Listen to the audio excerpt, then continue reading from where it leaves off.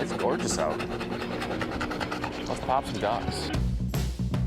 This is the Upduck Podcast, a blend of upland and waterfowl hunting.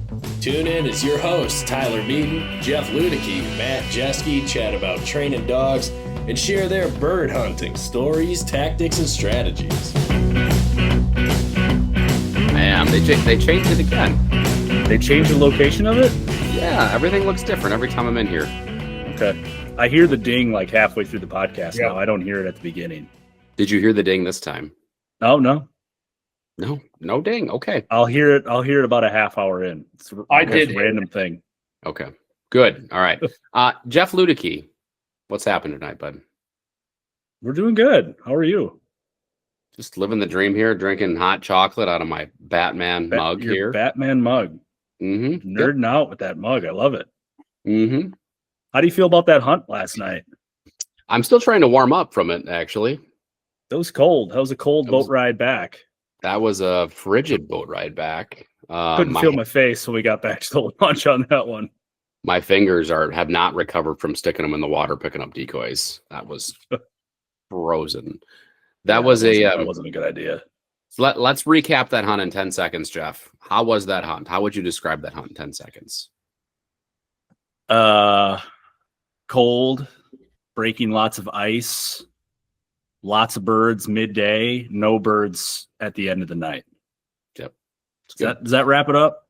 Yep. Felt like it was good. Felt and looked like it was going to be a banger. Birds left to go feed, as you would expect they would when it starts to and with inclement weather and some snow. And then they never came back. Nope. So yeah, that was it. If we would have went out at noon, we probably would have shot a limit of mallards and geese, but True. Anyway, we could we can't really do a whole podcast episode on that hunt because there's not anything more to talk about. Instead, we're going to do a podcast with a guest. His name is Phillip Jones. He is from GAIM. That is GAIM. If you've not heard of that, that is a sports shooting simulator. So Phillip is going to give us the lowdown on all things GAIM. So Phillip, welcome to the Upduck Podcast. Thanks. Great appreciate you having me and looking forward to the conversation. As are we. So as we get started here, right, with all of our guests, first-time guests, give us a little background about yourself, Phillip. Where are you located? Where do you reside? What do you do for a living? And we'll get into that'll lead right into GAIM, but start with the basics here. So grew up in the UK, as my accent might give me away a little bit. Grew up in a shooting family. Had an uncle that was a gamekeeper, raising pheasants for driven hunts in the UK. So, very different from upland hunting here. There your shooters are stationary and the birds are driven to them. So age about 8, you get given a big stick and you get sent up with a whole bunch of other guys and line up and go through the woods, driving the birds towards the hunters. Did that for a number of years for my uncle. And before you transition at about 14 or 15 to being a loader, because those birds are coming across high, fast, and in large numbers at times. So shooters use a pair of shotguns, traditionally side-by-sides. And so while they're shooting, they'll typically have somebody else who will be reloading a second shotgun, which is why if you ever look at a pair of English shotguns, a lot of times they'll have numbers 1 and 2 written on them. It's because they're part of a pair. So grew up doing that, gave me a great appreciation for the outdoors, for hunting, working dogs, as retrievers. And then spent a career in the UK military, different type of shooting, before moving over to the US. Got set up on a blind date, ended up in the US, and have kind of come back full circle to kind of what I love, right? Which is, is hunting and working with dogs and all of the camaraderie that kind of goes with that. That's great. So blind date led you to living in the States. Yep. What state do you reside in? I live in Virginia. Okay. I'm sadly up in Northern Virginia, which is an awful lot of people. It did make it interesting training my first pointer for upland hunting in a suburban environment. Because I'm at the park working with, a frozen dead chucker in between sort of training sessions. And, everybody else is up there throwing tennis balls and frisbees, and I'm throwing a dead frozen chucker. And eventually people would walk over and be like, your dog's really into that. What is it you're throwing? And you'd show them, and at that point, the bird's maybe a week old and it's got one eye hanging out, its legs are a little bit busted. And, you're immediately kind of labeled the weirdo in the park, and you get half the park to yourself at that point, which is awesome. But it's been an interesting ride training him. But I think like anybody who hunts with their own dogs, it just makes the experience 10 times better. 100%. Is it an English pointer? No, actually, I have a breed called a Spinoni, which is an Italian pointer. Big, raw-boned, hairy dog. Spinoni in Italy is a sticker bush, thorny bush, and they come from the northern part of Italy where there's a lot of thorn bushes in the environment, and so their long hair kind of protects them. And great attitude, relatively easy to train. Big dog, he's about 100 pounds. Oh, wow. So absolute joy to work with. And, as a first dog of my own, I find I shoot a lot less now, but working my dog is, makes it 10 times better.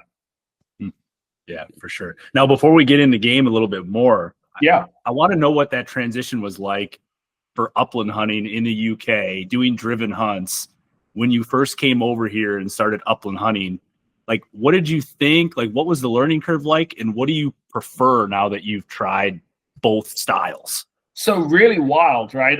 I think, before I joined GAIM, where I am now, I worked with Beretta for a number of years.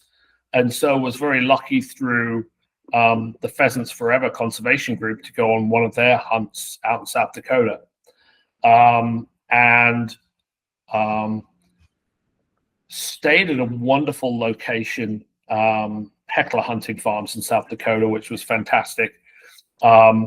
Everything, walked miles the days that I was there. The food that they fed us, everything was made of pheasant, right? Breakfast, lunch, and dinner. Everything was a pie. Everything had lard in it. So it tasted amazing. And I think I went home about 10 pounds heavier than when I got there.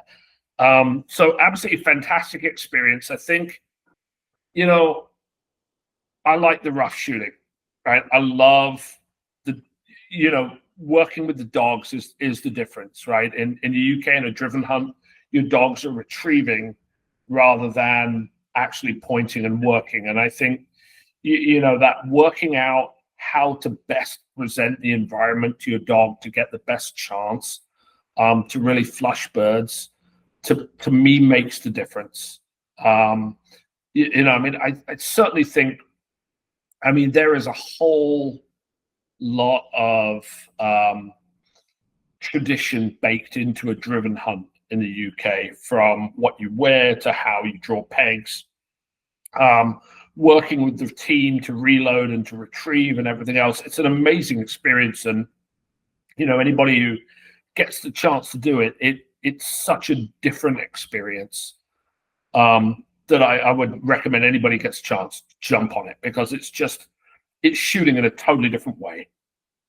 The birds are very different. If you think of a hunt that we might do for pheasant here, you're walking, you're flushing those pheasants. So the shots that you take you're waiting for that bird to get up out of cover and get a little daylight under it so that you're not in any way sort of, exposing your dogs to danger. But you're taking that shot when the bird is kind of coming up, and it's maybe 20 feet off the ground. So it's a different shot when you're doing a driven hunt in the UK. Those birds are already up and they're way up. So you've got really high shots. You're probably taking shots somewhere between sort of 45 and 80 degrees up in the air. And those birds are up and they're moving. So it's hard. So I'd say it's just it's the game is the same, but everything else involved is completely different. So I think it's, to get an experience of hunting in a different environment, I think it's fantastic. But to me, I love the element of working with my dog. So the US rough hunt is what what I love these days. Tyler, I think we would do a whole heck of a lot of missing if we were partaking on one of these driven hunts, man. Yeah, especially the first few times. Yeah, I can only it's imagine. Just so different. Yeah, just those the way you are... have to lead and your form, like everything has to be completely different. Yeah. It is, and we have, delving into game a little bit. We have a UK driven hunt as one of the simulations, and we have some outfitters in the US who will have their travelers, their guests, use the game system to get used to making those different types of shots. Because, no doubt it is an expensive trip between the clothing, between the travel, between everything that's involved. You don't want your people going to the UK and missing everything. So, we found ourselves being used as sort of a pre-hunt training regime for driven hunts, which, I find is absolutely fascinating. That's good, and that's a we could spend the whole show like on everything you just said here. I mean, yeah, I understand. However, right? So how did you end up? How did you get to game? How did you get to the virtual shooting space? Let's back up. Let's get to there, and then let's talk about more questions and more things that I think Jeff. Yeah. So I was the rifle manager at Beretta USA. Running Sako and Tikka rifles in the US, and speccing out new models and designing those, and so that put me kind of back in my element with the hunting community, and I did that for a number of years, and the phone rang one day, and it was an opportunity to go work in. Somebody asked me, "Have you ever worked in the virtual reality world?" And I have not. So, I always think it, a conversation never costs anything, right? So I had a meeting with these guys, and tried the headset, and it runs through the MetaQuest headset that, if you've got a teenager in your house, there's a 50% chance you've got one there somewhere, whether you know it or not. And it was really kind of a little bit of an eye-opening experience because it's pretty realistic. And I'm at that point in my life where,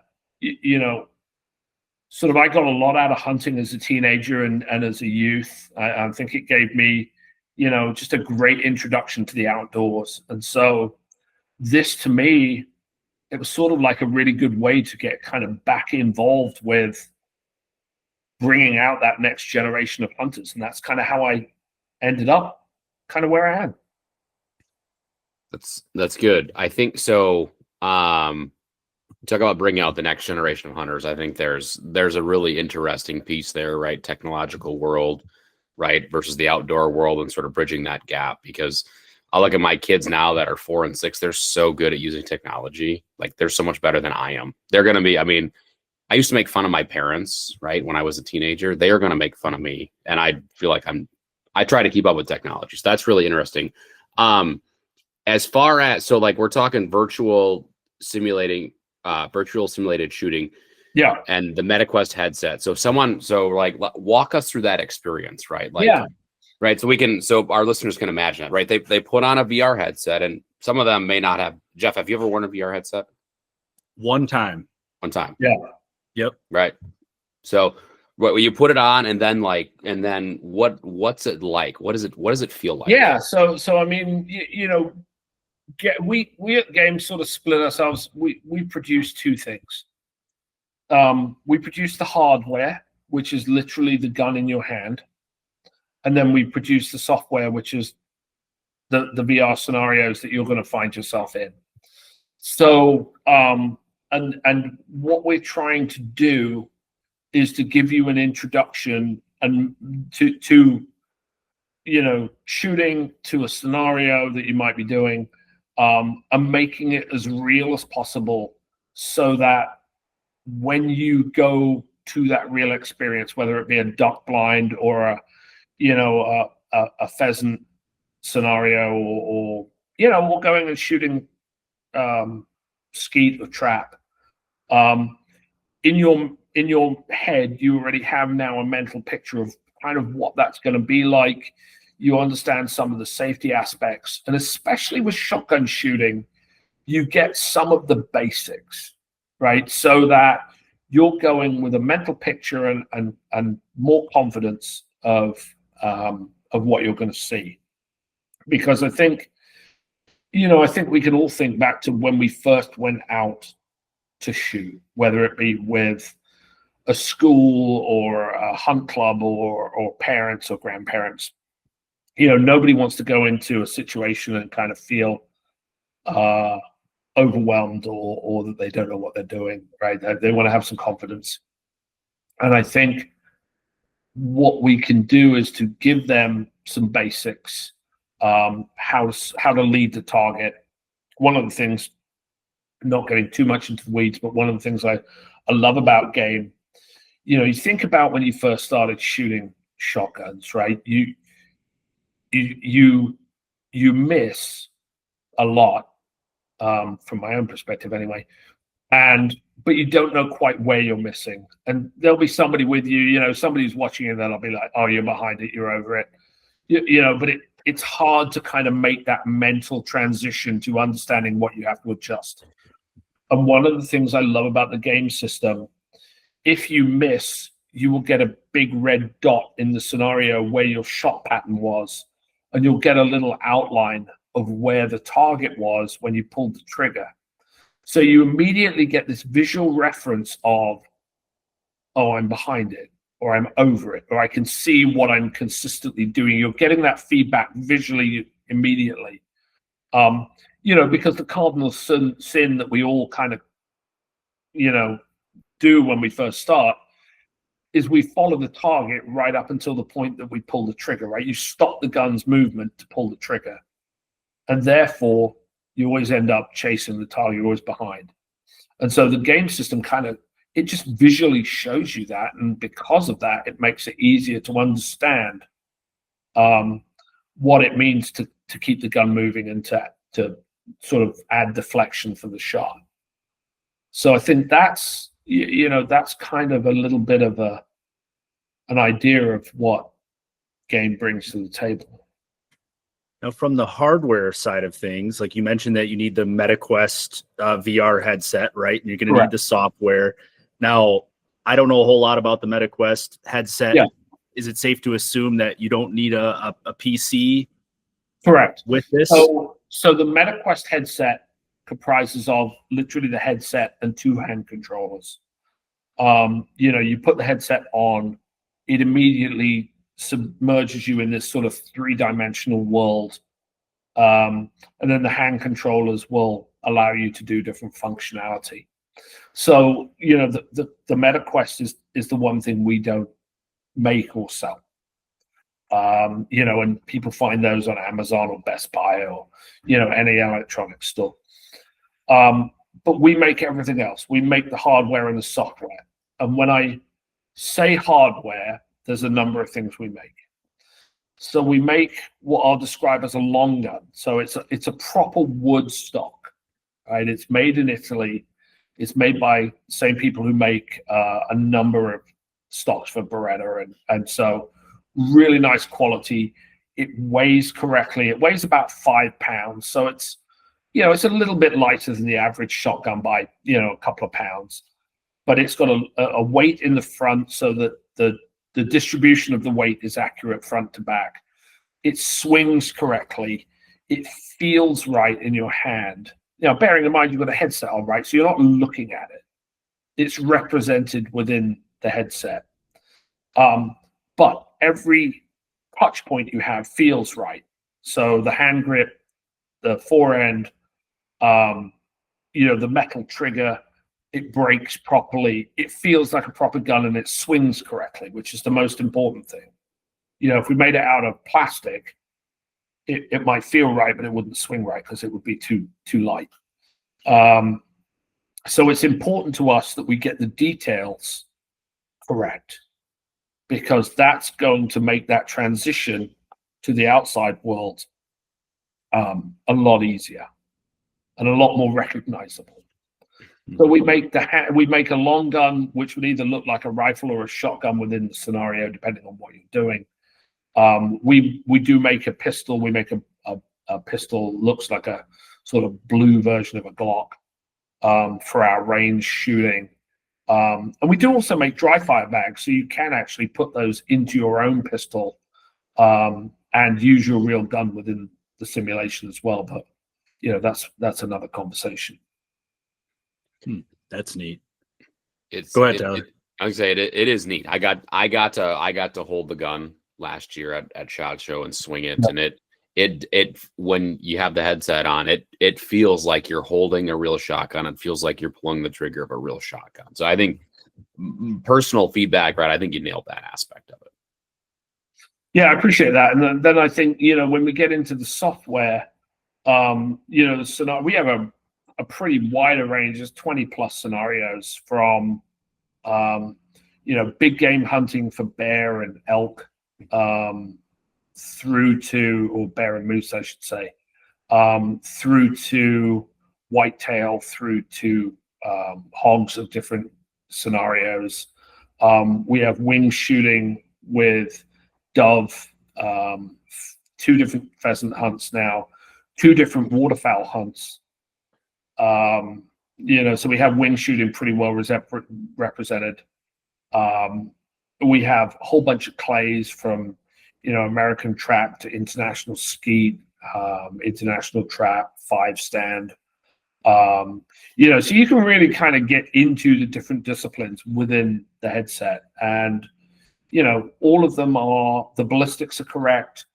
The way you have to shoot is correct, and it will help you. So that was actually going to be my next question was, okay, right, we have it's virtual, right? It's simulated. Is like, are the ballistics on the gun, right? So like if I'm in a duck or dove hunting scenario, right, that's right, I'm shooting 1500 feet per second, and the birds are moving at whatever speed, and it's all calculated, and it's all essentially it is realistic.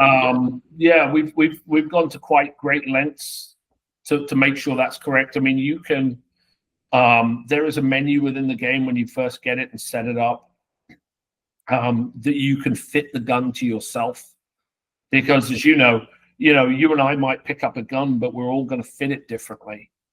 And making sure that you get that proper fit and you've got a really good view down that rib to that end bead is very important. And so we put an adjustment menu in there, so you're moving the gun around virtually, so that you can get a really good fit on the gun. And that allows us to work with right-handed people, left-handed people, right-handed, left-eye dominant people, all shapes and sizes that come to the hunting world. We can make this work for them. I mean, you could even change the choke size on the gun. So there's a lot of adaptability to get it to work for you. Now, what about like wind and distance, right? Like in the duck hunting scenarios, that's a huge factor for us, right? How far out are these ducks? Are they coming towards you? Are they going away from you? You know, what's the wind look like? All those different factors play into that shot. Yeah, I mean, wind is always a difficult one to simulate. I think ducks, we have within both the duck simulations, you've got a variety, and the latest one that we just brought out, I mean, you've got mallards that are literally just coming up off the water. While at the same time, you've got mallards that are flying across you, in front of you, flying away from you, flying towards you. You've got a wide variety of targets to choose from, I think in all of our scenarios, there is a critical sort of strike zone, right? So it's not video game-ish in that, you just have to touch it and it falls down. If you're hitting it on a wingtip, if you're just winging it, it will keep going, like all our animals, especially the four-legged hunts. If you're not putting a shot into that critical area, then it's just a wounding shot, then that animal will keep going. You'll lose it. And we worked with veterinarians, with all the different animals, to make sure that we kind of accurately got the critical kind of zone within the animal to kill it and to drop it.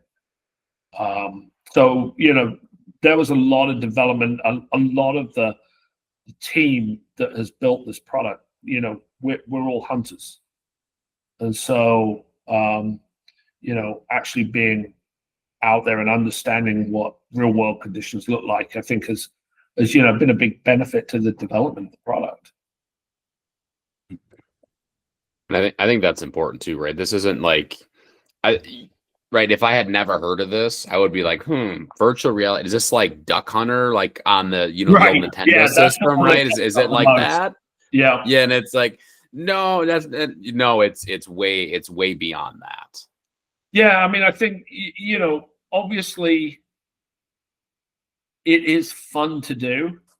And I mean, I take mine when I go hunt. I'll take mine to the hunt camp. We'll put it up on the big screen because you can cast the headset onto a big screen TV or a laptop or another platform, and everybody else can give you massive amounts of unsolicited advice on how better to shoot. Most of it's not useful, but character building. So I don't want to downplay the fun aspect of it, because it's fun as heck to do. And as soon as you get two shooters in the same room on the system, it becomes a competition to the death. But at the same time, you do learn, for the kids out there and stuff. It's a great way to engage that next generation into some skills. We were talking a little bit offline before we started this podcast. I can put this headset onto a 10-year-old kid who's never worn a VR headset before, and they immediately know how to use it. It always, we do a number of trade shows and events throughout the year, and it always amazes me that some kid will come up and they're like, never worn VR before, but within 10 seconds they know immediately how to make every function on it work. So this generation is very used to using technology, and you can put this on them and it will give them some skills that it's not just dead time, right? They can learn some skills that they can then take out into the real world and be better prepared. And I think that's what I love most about GAIM. We're not trying to replace anything. I think we just bring a tool that is a great bridge to that next generation of hunters. And I think whether you're a waterfowl hunter, a pheasant hunter, a deer hunter, or a clay shooter, we're all trying to bring that next generation into the fold and kind of keep what we love going, right? And that sort of whole pay it forward mentality. And I think that's one of the things I love about the hunting community is, everybody can agree that that's a goal. And so I think we kind of bring a tool here that is fun, is engaging, but they learn something that is useful beyond what they're doing. And that's one of the things I most love about this product.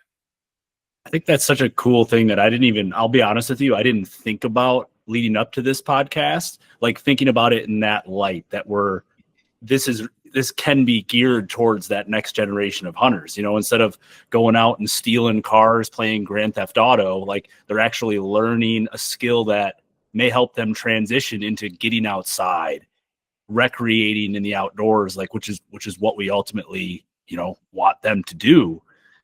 I was just thinking of it as, okay, how can this make me a better hunter, make me a better shot? I didn't even think about that whole other side of it. Yeah, I mean, it really is. And we find ourselves, we're lucky to work with a lot of youth organizations within the US. So, USA Clay Target League, Scholastic Clays programs.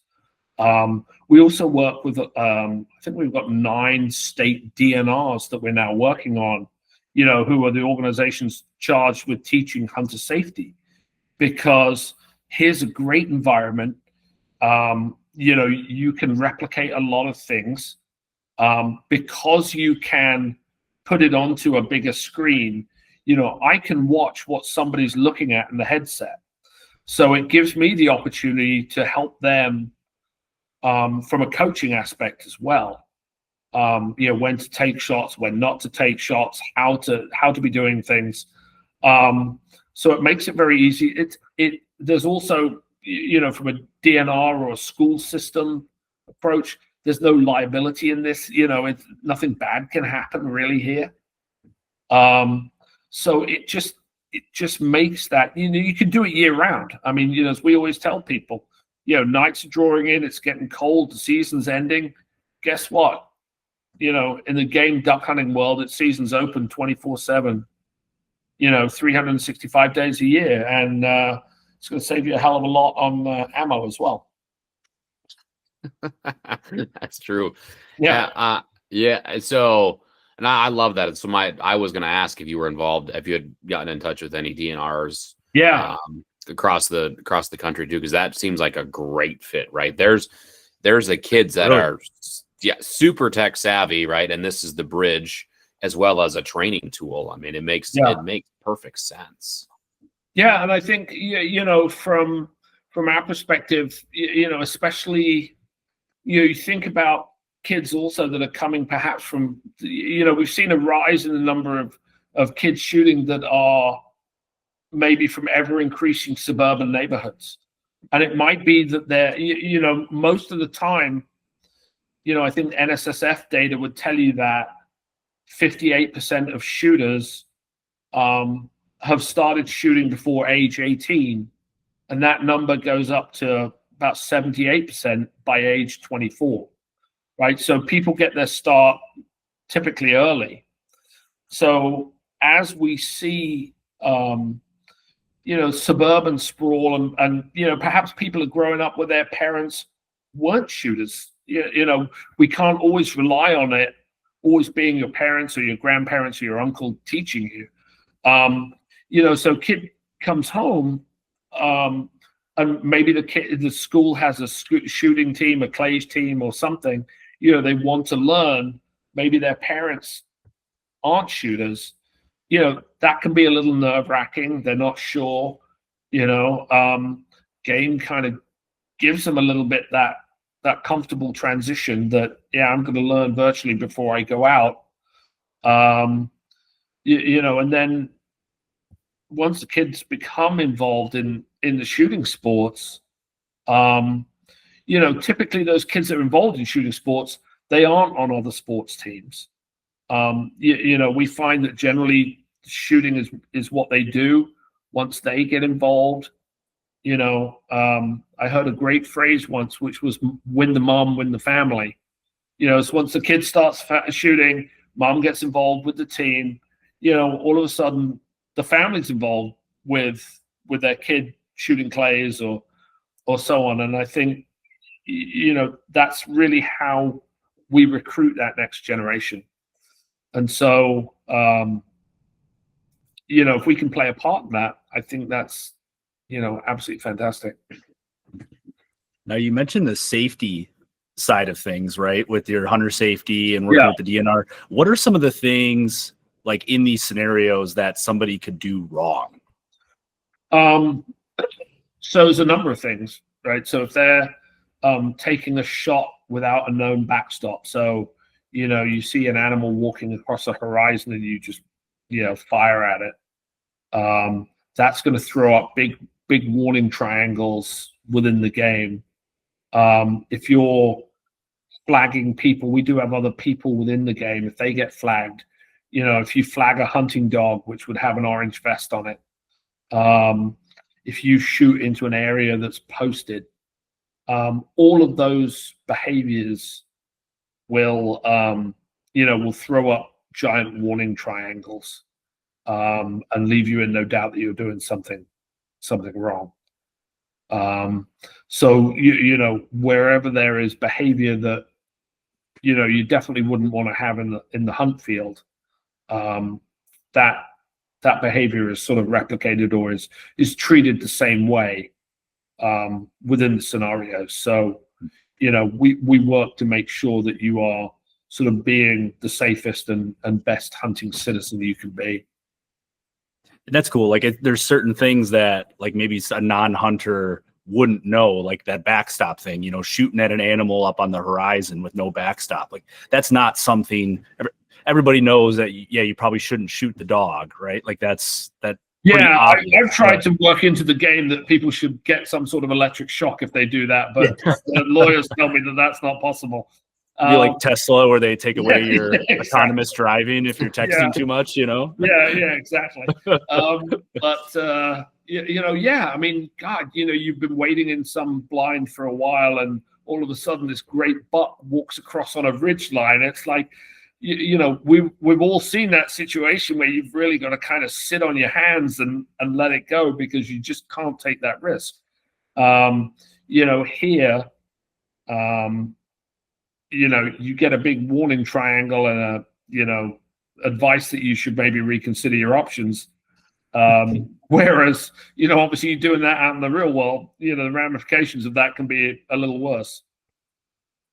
Yeah, that's a really cool training tool though. Like you think about like the driver's ed, right? Like when I was a kid doing driver's ed, we had a virtual scenarios and we sat behind the fake car, and it's kind of a similar thing, right? And I think that's brilliant to bring that into the hunting world too. Yeah, absolutely. I mean, it really, it brings home those messages of, hey, what's the ideal things, and what are you not? And I mean, God, we have the adjustability within the game that, if you're on a whitetail hunt, you can click on a button that will make the game aware of your movements. So if you move around too much, the game is going to run off. And that's a feature you can turn on or off. So you really, you can make this as realistic as you really want to make it. Tyler, you're gonna be peeing in a bottle and like doing all the things, man. You can't get out of your stand if you got to go to the bathroom. I just had the thought, like, so I could set it up, right? I would sit on my couch and pretend I'm sitting in the tree stand, and I just can't move, right? I just got to sit there. I mean, you can. As soon as you start flapping those wings, they're all gonna take off. Oh man! Get the windows open, get a little wind chill in there, Little Debbie get all snack dressed on the up. side. Oh yeah, let's go. One of those Christmas tree Little Debbies.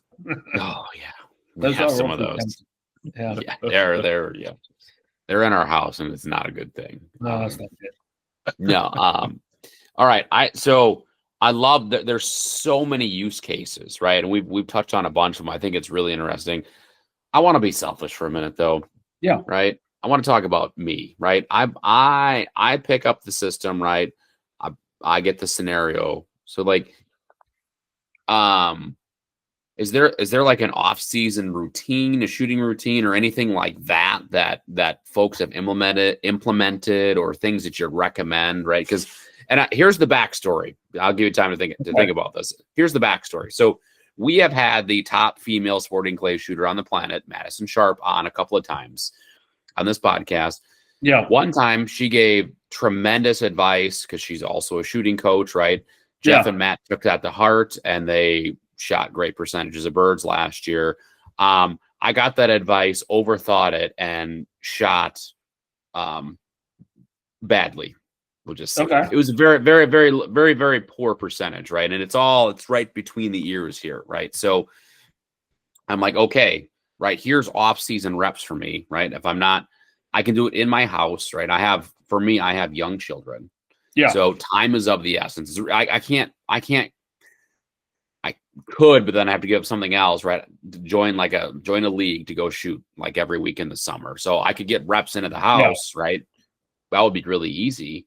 So like, is there a routine or anything like that would help me in the off season? Well, I think, there's a couple of parts to shooting, right? Especially, wing shooting or clay shooting. I mean, it's the same skills.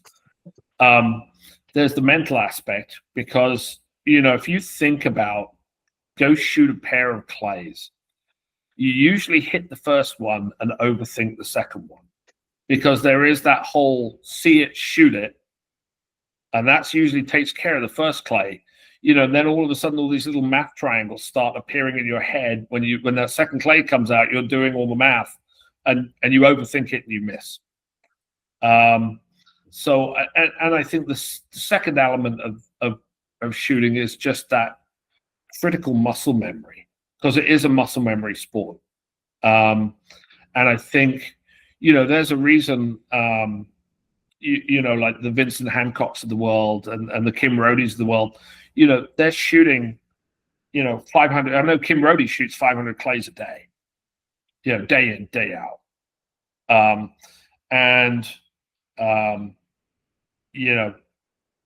That's quite a budget to be able to do that.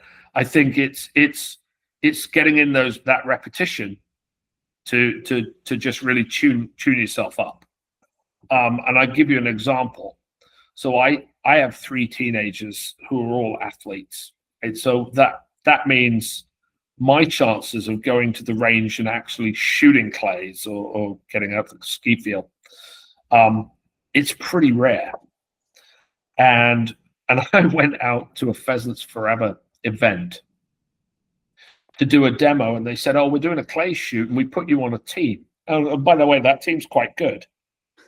And I'm like, "Shit, I haven't shot for like in real life in like 8 months, right?" So I'm like, "Oh God." So I step up, then I had to borrow a shotgun. I went out to the event. I had to borrow a shotgun to shoot it. So I'm like, all right, now I'm shooting an unfamiliar gun in front of a whole bunch of people who are quite good, and I haven't shot for 8 months. So this is fantastic.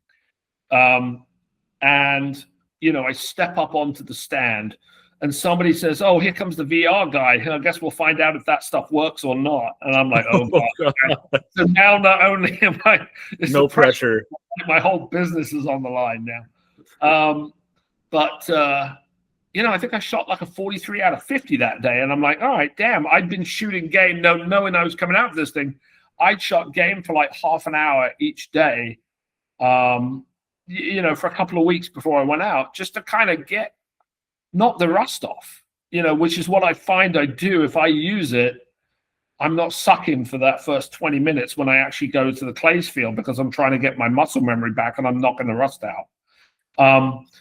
So from my perspective, it sort of saved the day. It does work, and I hadn't used VR until I took this job, and actually kind of insisted when I was going through the interview process, like, let me take this home and try it, because I want to make sure it actually works. And it does.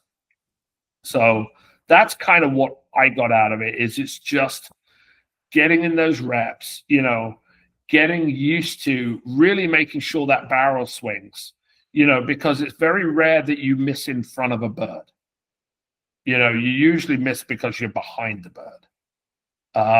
And so just keeping that aspect tuned up, is a real benefit. And especially coming into the season, spending time to do that, it does make you a better shooter. That's great. That's good. That's what I need for sure. Definitely need it's repetitions, muscle memory. I know I can, as you're saying that, I'm thinking about the last time that I shot a sporting clays course, and it's like the first 10 clays that go up, the gun feels different every time for me. Yeah. It's like you're trying to figure that out. So that makes perfect sense. Do you track user data inside of it as well? We do. We know one of the things I like about this system, and I find sometimes that people don't find it until they've owned it for a little while. But when you finish a round, there's a little sort of spyglass icon. You can go back and watch every shot that you made in replay, and it'll show you the bird or the clay, whatever it is you're shooting, moving, and it'll show a blue line, which is your barrel movement, and it'll show a circle where you made the decision to pull the trigger and whether you were successful or not. And especially if you're getting into like clays doubles, it'll show you what you're doing with your barrel to transition between shot 1 and 2. And it's amazing the patterns that you draw and the time that you waste moving from one target to the next. So there's a massive amount of feedback available within the system that people don't necessarily discover when they first start using it, because we all get wrapped up in, hey, this is fun. But then when you get into it, there's quite a lot that you can kind of dissect in a lot of different ways, that's embedded within that system. That's good. I'm thinking about too, right? If someone is tracking, right? If you're tracking like stats over the course of time, you could track, improvements, right? Over the course of time. Yeah, absolutely. So when you do shoot, you're going to get scores, and obviously the more efficient you are, at the end of a round, you'll get 30 shots make up a round. So at the end of that, it'll tell you how many targets, how many birds were you presented with, how many shots you took, which would be 30, how many were killing shots, how many were wounding shots, how many were missed shots. And it gives you kind of a cumulative total based on kind of all of those factors. So you will see as you improve, those scores will go up, and you will get a dissection at the end of that round to all those things. How many targets, how many misses, how many wounded shots, and so on. So you'll be able to track your progress. That's perfect. All right. Okay. So going back to this waterfowl scenario, right? So Yeah. when did you guys release this new waterfowl scenario? Oh, the new waterfowl scenario came out literally about 2 months ago. Okay. We've had a mallard hunt in there for the last couple of years, but the new one is incredible. It's so realistic. You can configure. You can see the bark on the trees. When you hit the birds, they fold up correctly. Everything about it is realistic. That's now awesome. with these new scenarios, if somebody goes and purchases this, like as you guys release new scenarios, are they having to pay for these new ones, or how does that work? So I mean, we have a number of ways of buying the system, right? So there's the hardware plus a combination of software. So if you're a clays shooter, you can buy a clays package. If you're a hunter, you can buy a hunting package, and so on. It's not a subscription service, right? So once you buy it, you own it. If we do come out with something new, It's available for purchase on the website. I think most new scenarios are somewhere between 30 and 40 bucks. So it's affordable. Yeah, that's reasonable for sure. Yeah. And I mean, we have systems, hardware and software combined. We start, around $399. Plus, obviously that doesn't include the headset, but for our hardware and our software, the packages will start about $399. And no, you all know it doesn't take long to shoot $400 worth of ammo through a gun. Most certainly not. How many years does it take to go into developing like a new scenario?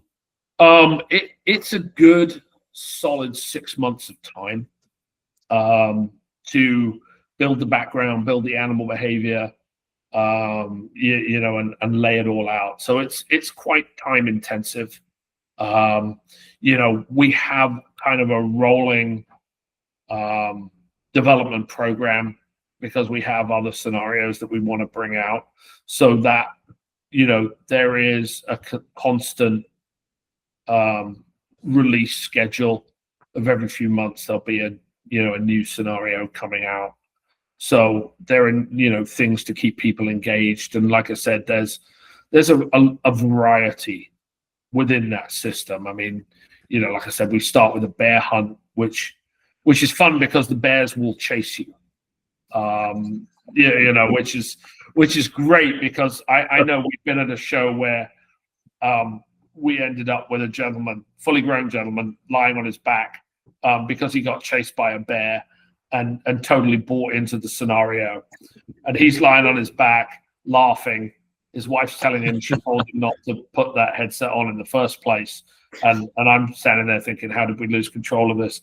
But it's really, when you see this giant bear charging up a hill towards you, you can hear it. People do buy into that. So it's great fun. But we make sure we really do get the details, especially of animal behavior, correct.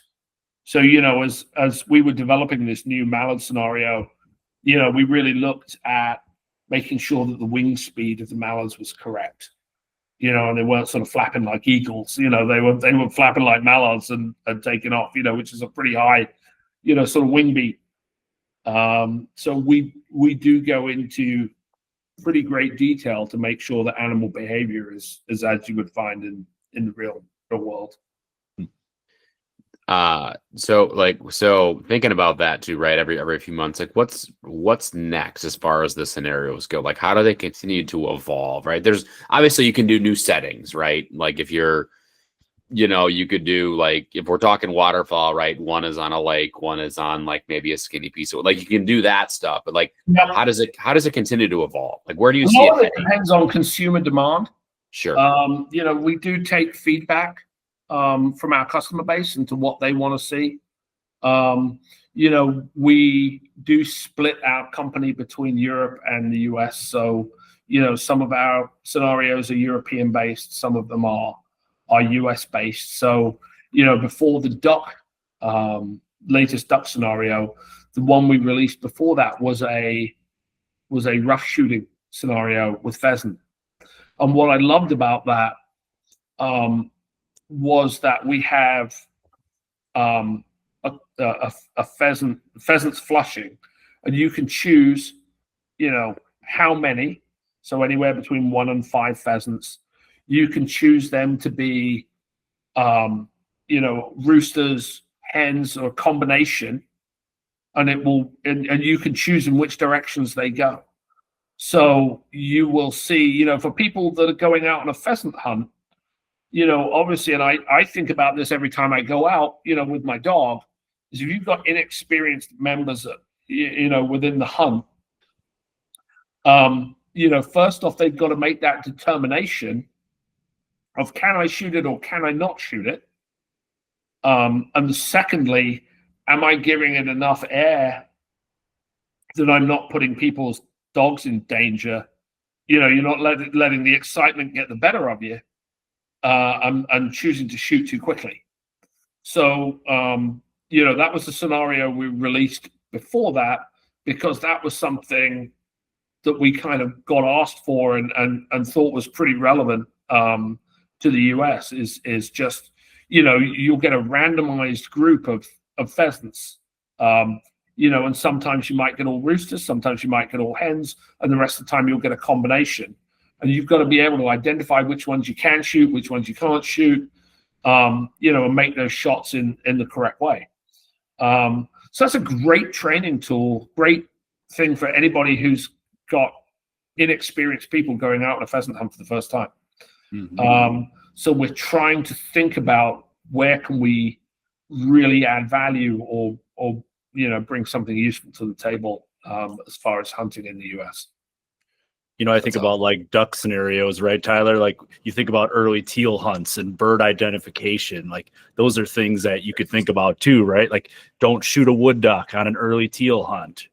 Those types of things, being able to identify birds on the wing, like that could be a really cool piece for the future. Yeah, too. and I think, as we develop this and fine tune this further, kind of like we did with the pheasants, coming up with a menu of different types of duck, could be a great addition for us. Mm-hmm. And I think those are the things we're always looking for feedback on, within the community as to, what gets us that next step closer to reality. And those are the steps we're happy to take. Yeah. Go ahead, Jeff. I was so like thinking about that too, right? Like, is there like multiplayer hunts or, where people can do duck hunts together or pheasant hunts together in the scenario too? You can multiplayer the system. Okay. So the story I love to tell is within the 5-stand clay shooting, I was talking to two guys at a shoot. They were in the same high school plays team together, but then one of them is shooting collegiate out in Colorado and one of them shooting collegiate in Florida. And they get together within the game system to shoot together and talk crap at each other.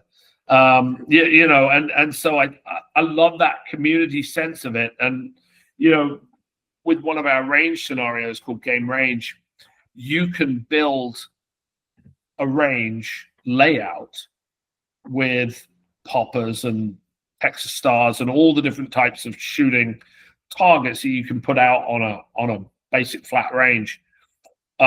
You can save that to the community and have other people can shoot it. And you can go in and shoot other people's, saved scenarios as well. So I think where we're going with this, one of our goals right now is to build an online clays league where people are shooting virtually against each other, because especially for the guys that we find are up in the northern states, they lose 3, 4, 5 months a year because their ranges are closed because they're snowed in, right? So this is a great way for them to keep their hand in when all the people in the south are still shooting. So I think kind of developing almost that esports community is something that's very possible within our system and something we're really focused on, in the future. That's awesome. That's awesome. The possibilities are, very wide ranging, and it's just a case of, where does the community want, where are they driving this and what's important next? Yeah, absolutely. Sorry, Jeff, you were going to ask a question before I took it a different direction. No, that's okay. That was great. The only thing that I wanted to ask, and this is kind of backpedaling a little bit, but when we're talking about realism, right? How realistic this thing is. The one thing that comes to mind that we haven't talked about is recoil of the gun, right? And that being such a big factor, it can be a big factor in someone's shot, especially if they're anticipating the recoil and not being surprised by it. Like, is there anything that can mimic that GAIM is looking to do in the future, possibly? Maybe. I mean, we don't have recoil at the moment, and I think what's fascinating to me is when we go to a clay shoot and people come in off the clays field and they put the headset on and they go to shoot, and there's this sort of twitch they have. Yeah, because as soon as they pull this trigger, their whole body is anticipating this recoil, and going through a whole sensation that you actually really kind of don't want to have, because it affects completely where your shot is going. Right. So in some respects, I would love to have it. In other respects, I'm glad we don't. I think for the kids first starting out, it's great to not have it because they can concentrate on their other fundamentals without getting that repetitive thump of recoil. Mm-hmm. As you get more experience, we would love to have it as an option. And I think, trying to figure out, ultimately we have dry fire mag for pistols, right? Where you can use your actual dry fire mag. One of the things I get asked a lot is, could we have a dry fire solution for shotguns? And it's hard, right? Because you've got potentially, if you're using an over-under, 2 different chambers, we technically, I'm not quite sure how we solve that challenge, but, it's in our head that, hey, this would be a great thing to be able to have. So, how we solve that problem, I can't tell you. Thank God I'm not an engineer. So we'll see. I think there's, it's such a realm that's open to so much development. I think what it looks like now and what it's going to look like, God, in even 3 years is going to be, it's going to be a big leap. And I think, we want to continue to be on the cutting edge of that development, which is where we are now. Awesome. No, that was a good answer. Yeah. The engineer in me I wanted to know, because I'm sitting here thinking about like how you could add this into this stock of these guns, and the gears were spinning. I think that's what I liked about it. When I first put that headset on and tried it, I'm like, this is amazing. And then your head starts buzzing with all those possibilities of, how this could take that next step. And I think, we're working on it, and we're working hard on it. So, it's a platform that I think it's funny, right? Because especially with the old shooters, there's a little bit of, they've never tried it before. And there's that aha moment where they put the headset on and they try it. And there's this, oh, wow. Okay. I didn't realize it could be like this. And I love that moment, right? Because the kids just kind of take it for granted. The grown-ups, when they put it on, the adults, you can see the light bulb go off and they're like, oh, this is fun. And I can see how this is, really a usable product. And, that's a great reward when you go and you do a game fair or you go and do a shooting event and, people put it on for the first time and they're like, this is different to what I expected. And, they really kind of engage with it from there. So Tyler, I know you tried it at SHOT Show, right? Yep. So what are some of the other ways like I could try this type of thing? If I'm interested in buying it as a consumer, how can I try it out? So, obviously catch us at a number of the shows that we do. I think next year as we roll here rapidly through now into the holiday season and then, into next year, expanding into the retail network. Right now, people are coming to our website to buy the product either, directly through us or through our Amazon storefront. But getting out into retail is our something that we'll be doing early in 2026. So there will be more places to sort of try it. But we publish a schedule of the shows that we're going to attend, which is a lot. And I would say stop by the booth, put it on, try it. If you want to try it for yourself, stop by and we'll give you a run through what it is. If you feel like spending money, go try it, put it on, and you will have fun. Like it's fun. And then you're gonna be like, okay, let's see here. What am I not gonna buy so I can buy this instead? Because I could have said, I mean, I know I was at SHOT Show and I had like other meetings and people to see, but I didn't want to leave. I wanted to keep going. I wanted to shoot another round. Also, I needed to improve on my shooting scores because it was not great. Definitely a lot of mistakes were made. So it was good. Yeah. I mean, Jeff, we can check out where Phillip and team are going to be at too. I mean, I'm sure there's going to be some shows that are a little closer too. And we know how we are in the hunting space. We love our shows. We love our trade shows. Yeah. And I think, it's funny saying what you said. I think people sometimes put the headset on with the expectation, that it's a video game and they're just going to murder everything. And then like big buck hunter or whatever that game is. Yeah. And then they don't. And they're like, this is really hard. And I'm like, yeah, like real shooting's really hard, right? Like, so I always love those moments because I think it's a, oh yeah, okay, I can see how this, is not as easy as it looks, and nor is real shooting. Exactly. Do you remember what your score was, Tyler? There was below 20%. Oh, okay, yeah. All right.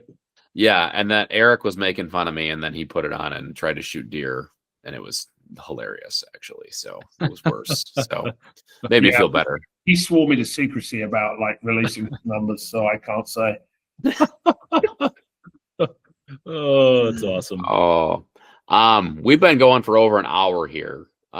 Jeff, do you have any burning questions for Phillip before we move into the final piece of this podcast?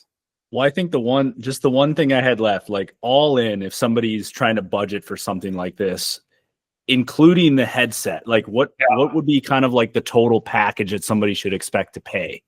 If you went, you really kind of bought everything and the headset and everything else, you could spend $1,000, but you don't have to if you really want to kind of get into it. Start off with the sort of laminate gun with, a basic package for, $400. Get a Quest 3S, which is, I think $399. So, you're into that for, $800. Yeah, I was looking at the Quest ones right now. They're actually on sale for $237. And that never happens. So I would say, run, don't walk to yeah. a retailer because, Meta is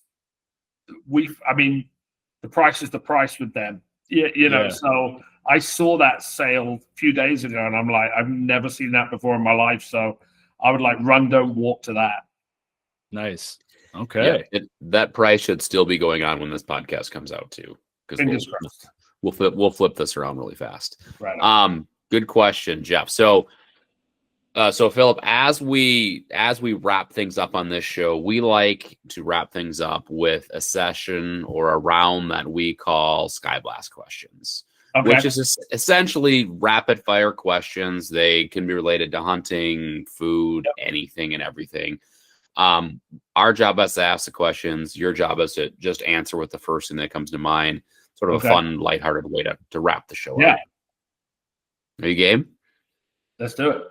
Okay. All right. Game on my shirt, so I know, right? That was was an unintentional pun right there. I love that. All right, Jeff, you want me to go first? Or you want to go first? You can go first. You want me to go first? Okay. All right. First question: coffee or energy drinks? Oh, definitely coffee. Okay.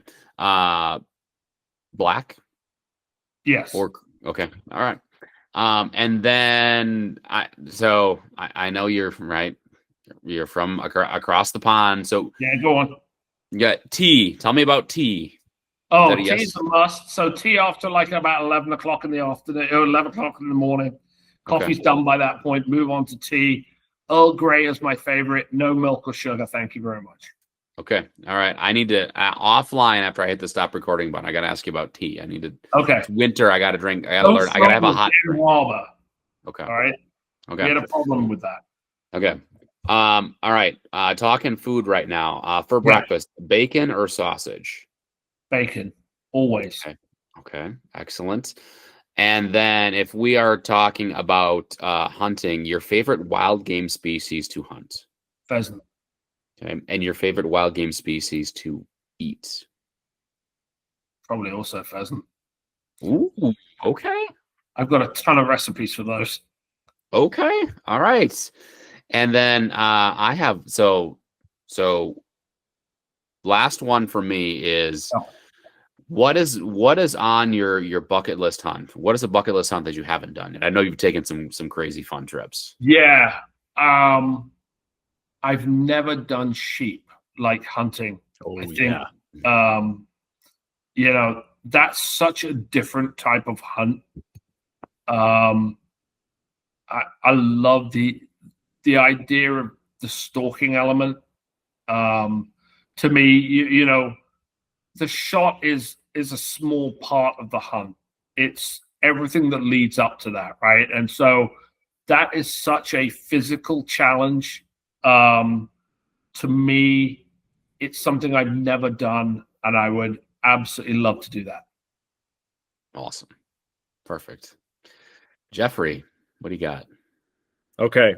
I don't want to age you too much here, Phillip. So, but I know we're talking about virtual reality. We're talking about video games in some capacity, right? Yeah. What do you think is the greatest video game console of all time? And maybe you didn't play too many as a kid? No, I mean, my favorite game growing up was Galaga.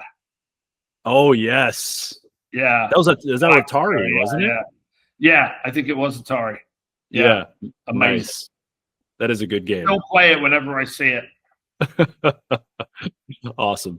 All right. What do you think now you've been on a lot of driven hunts. You've been reloading for a lot of people. You've probably seen a lot of Americans come on these driven hunts. Yep. What do you think is the average shot percentage of an American who is on their first driven hunt from the peg? Somewhere between 15 and 20%.